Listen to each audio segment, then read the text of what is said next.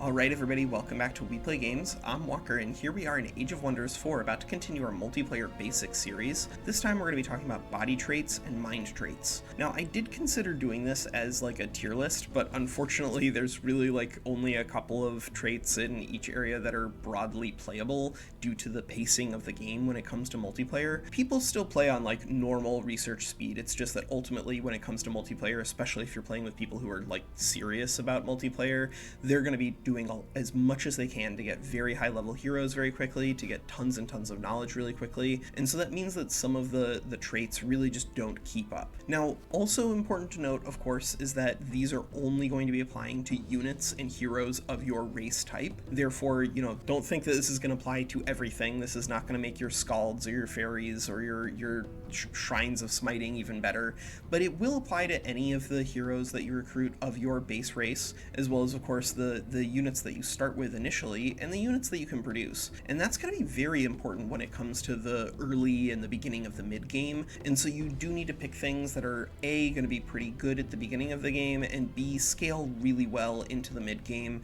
and that's why there's such a giant delta between stuff. But of course, when it comes to physical form, just choose whatever you think is fun. I think that choosing stuff that is thematically on with your body and mind traits is good, but if you just want to play oops all halflings literally all the time, that's okay too.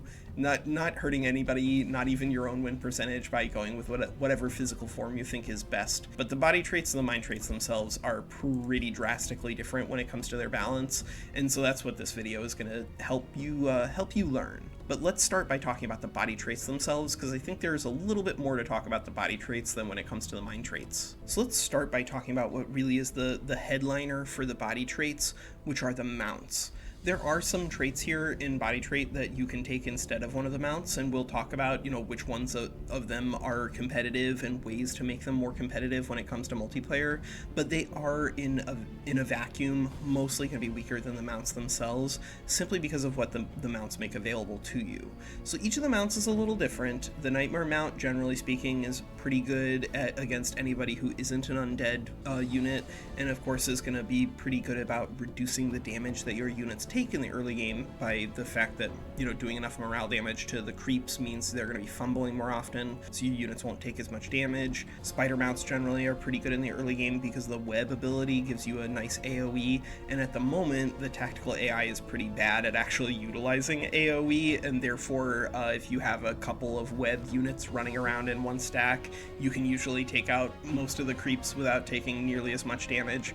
But of course, a 60% chance plus physical damage means that spider mounts scale into the mid game very, very poorly. Wolf mounts are also alright. Wolf mounts, of course, are going to give you a lot of extra damage when it comes to melee damage, and therefore if you're using something like a Tyrant Knight with wolf mounts, then you can use them to really wreck face when it comes to dealing melee damage. Although, depending on who you're fighting against, you might want to just take Nightmare mounts to get the Vicious Killer ability, so that way you just get colossal amounts of morale damage. But, Pack Hunter is alright, especially if you're going to be playing around with animals and other things that are going to get access to Pack Hunter. Enfeebling Howl is also okay, but broadly speaking, this is pretty uneventful when it comes to dealing damage, and unfortunately the AI also has a habit of using Enfeebling Howl in situations in auto resolves where it really shouldn't be. It should just be moving the archer away, and so wolf mounts is one of these things that is probably going to get a little better once the tactical AI gets a little better.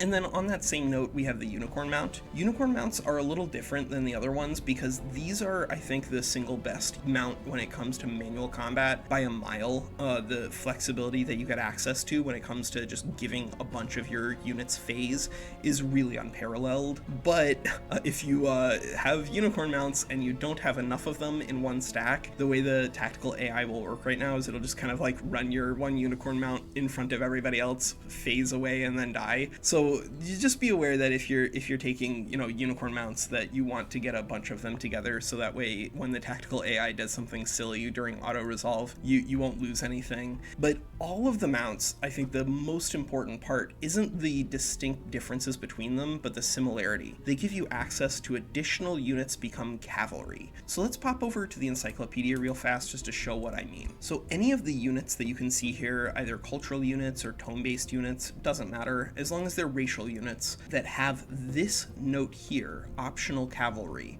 This means that if you've taken a body trait, they're going to come as being mounted. They're going to cost the same amount as they would normally, but instead of having 32 movement, they're going to have 48 movement, and they're also going to get, all of the nice abilities of your particular mount, as well as 5 extra hit points. The abilities and the hit points when it comes to, a tier 1 unit is not like a big deal, but the 48 movement is a colossal difference when it comes to their efficacy as units because of the pace of the game. When it comes to Age of Wonders 4 multiplayer, you want to get your Bronze Ancient Wonders basically as quickly as humanly possible, so that way A, you can get the economic advantage of getting access to the Imperium, and B, if it's a Bronze Ancient Wonder that gets you access to a good unit type, like the fairies from the spring, then you want to just get it as soon as humanly possible so you can start recruiting them during your Rally of Lieges. But that's only possible if you can find them. And so that's where cavalry really shines, is that it sets you up to be able to explore the board really, really quickly. And of course it does scale pretty well, because there are a lot of tier 3 units and tier 4 units through tomes that get access to optional cavalry, and that's a pretty nice upgrade when it comes to the flexibility and combat efficacy of those units. Just in combat itself, having 48 movement points instead of 32 movement points means that it's a lot more likely that you're going to be able to move and shoot twice with any of the units that have multi-hit attacks, like anything that you can see here with that arrow next to spirit bolts.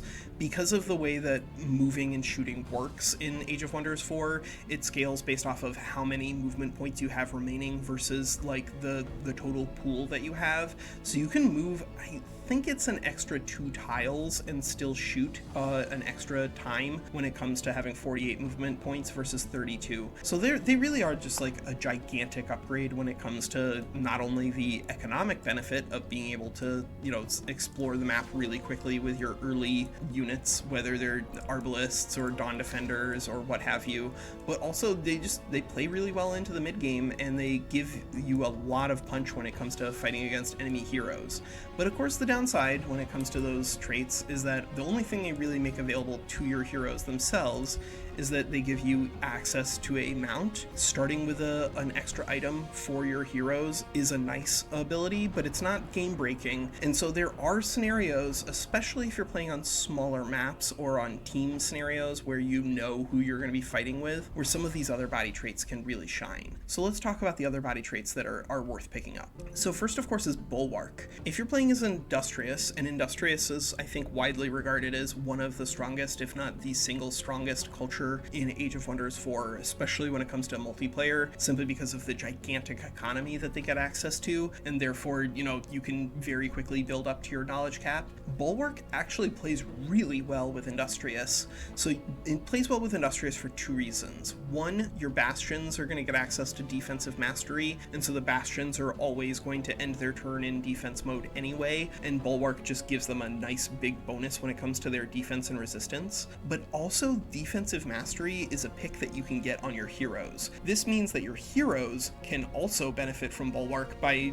attacking or casting spells or whatever, and then ending in defense mode. And the +2 defense and +2 resistance, because this isn't something like a bolstered resistance effect, it can't be countered by Sunder defense or Sunder resistance. It can be, stacked against with those Sunder effects, but you can't just remove it all in one move via a Sunder effect. And +2 defense and +2 resistance is like really no joke when it comes to the increased durability of your heroes. Just be aware that if you're taking this, you are almost certainly playing Industrious, and you're almost certainly playing around with a lot of warfare skills on your heroes. But fortunately, both of those playstyles are good. Other things that I think can also be competitive is Resilient. Anything that gets you status resistance is a very, very big upgrade when it comes to PvP, simply because of how unbelievably important status statuses actually are in combat. In single player, the biggest status that you can affect on another unit is just killing it. But in multiplayer, status resistance is a huge deal because people are going to be doing lots of different things to try to inflict statuses on you. And although status resistance isn't going to be giving you a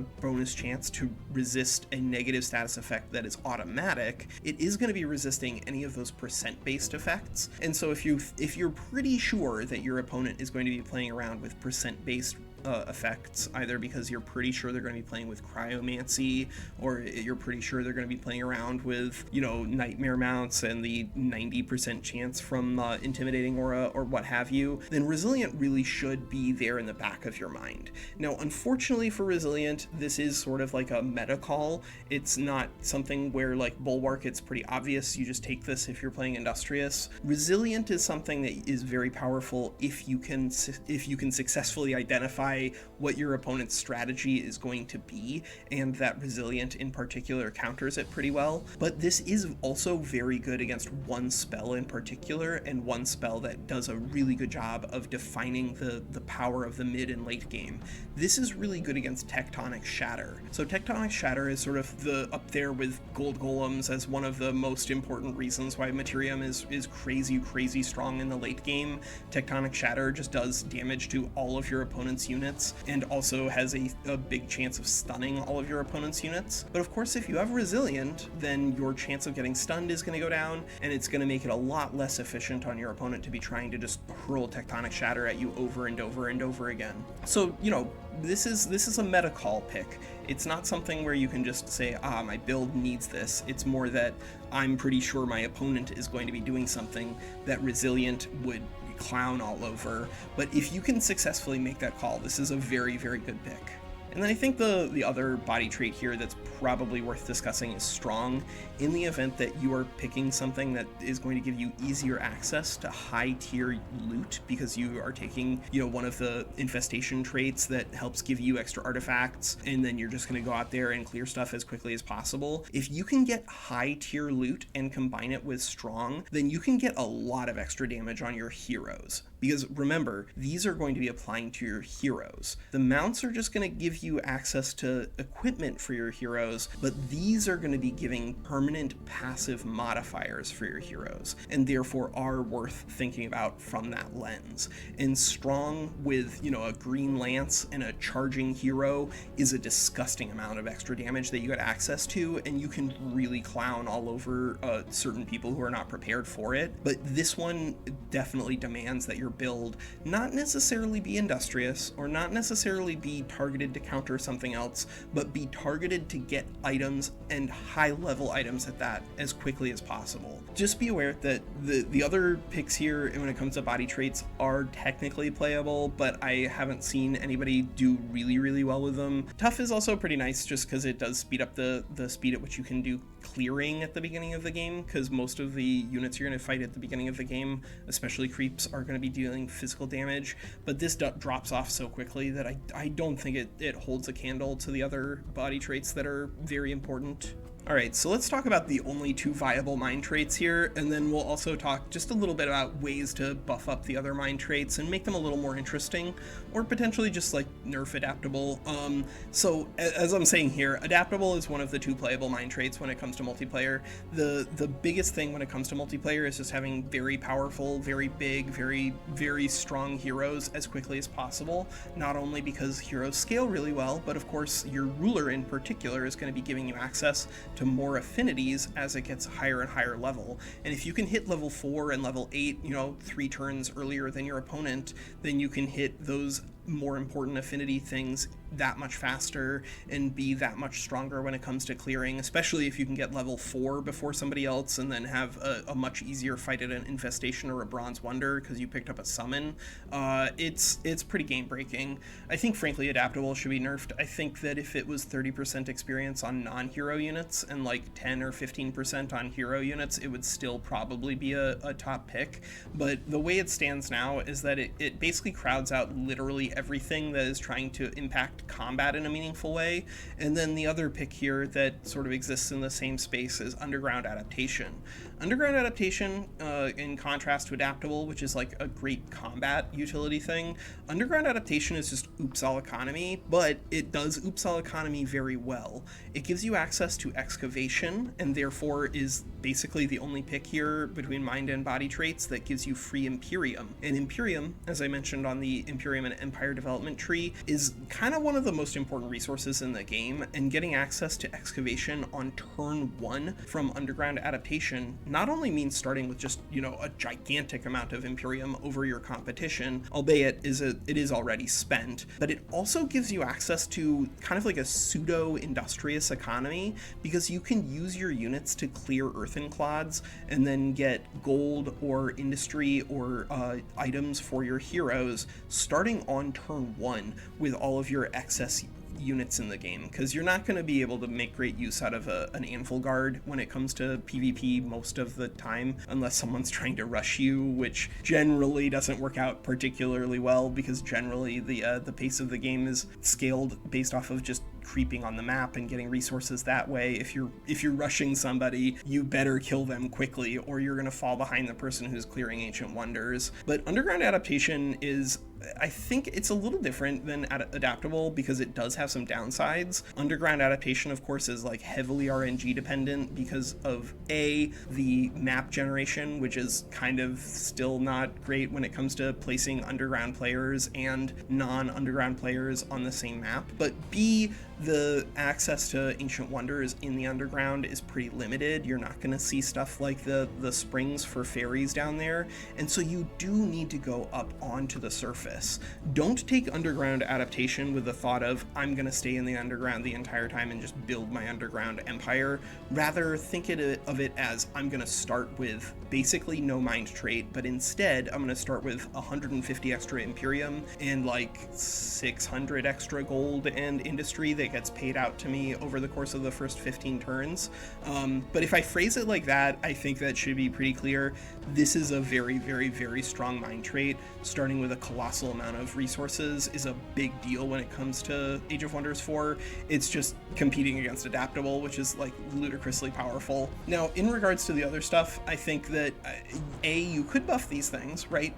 And of course, these do apply to your heroes, but because of Adaptable applying to heroes and applying to heroes at such a gigantic flat rate, it kind of crowds out all of the other things here. Just nerf Adaptable and it'll make everything down to here a little better. But I think if they wanted to make the other adaptations better, I think there's definitely space for that too. I think if Swamp Adaptation and Desert and Arctic all took a page out of Underground and just gave you access to a starting bonus, that would actually be really nice, right? Like if Arctic Adaptation let you start with an extra population on your capital, or if Desert Adaptation let you start with military engineering, or Swamp started with soil tenders, I think that would be a really nice upgrade when it comes to some of these more marginal mind traits. But honestly, and this is like the most important thing when it comes to PvP. If you're not taking either Adaptable or Underground, you are almost certainly hurting your win percentage against an opponent who is and knows how to use them. So, play around with whatever you want to. If your group